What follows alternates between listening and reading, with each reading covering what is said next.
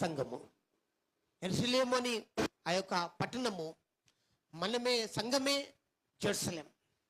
కాబట్టి దేవుడు అంత ఘనంగా సంఘాన్ని చూపిస్తున్నాడు. ఇక్కడ ఈ సంఘాన్ని దేవుడు ప్రపంచానికి చూపెడుతున్నాడు.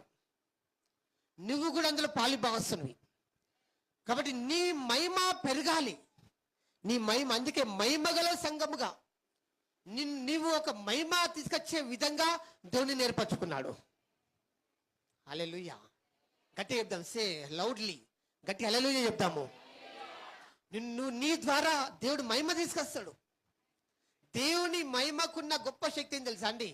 ఆటంకాలు మొత్తం తొలగింపబడతాయి, వ్యతిరేక పరిస్థితులు అన్ని తొలగింపబడతాయి. దేవుని మహిమ ఎదుట సైతాను శక్తులు లయమైపోతాయి. నీకున్న నింద, నీకున్న అవమానము అంతా కొట్టుకొని పోతుంది. Praise God. దేవుని మహిమ అంత